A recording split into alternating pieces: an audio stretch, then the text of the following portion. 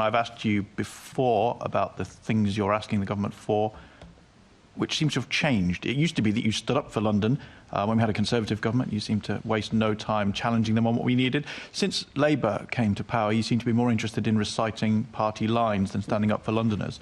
So the £4.9 billion a year that you said previously many times that London needs for housing, is that a demand that you're still making of the government? Well, we're making sure our demands of the government, as in the words of the member, are made public. That'll be in advance of the CSR rather than the emergency budget, which was had last month. Right, so when I asked you about this previously, you said you would be telling me either before or just after the budget, and now we've just had the budget, you're telling me to wait for the CSR.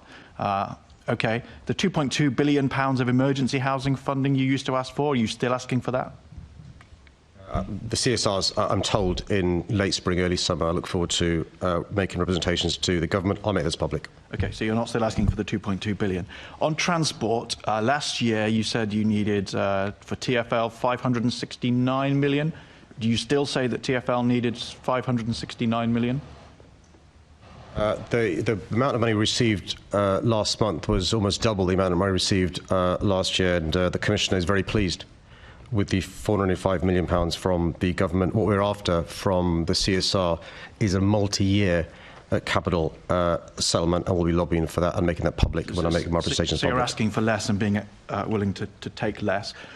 The funding that you got in the budget, there's a suggestion that that came with a proviso that you might have your fare-setting power suspended and that you wouldn't be able to freeze fares, you would have to rise.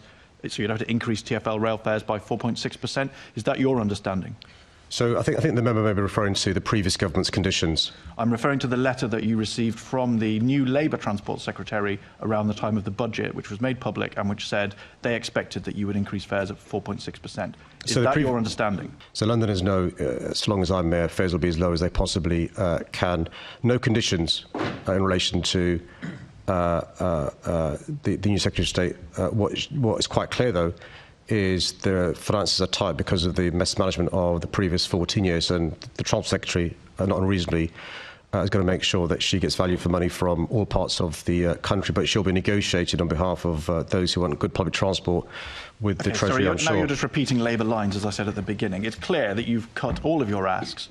I suppose we will see in the new year whether your fares power really has been suspended, but that certainly seems to be the way it was reported in the press and the way I interpret the letter.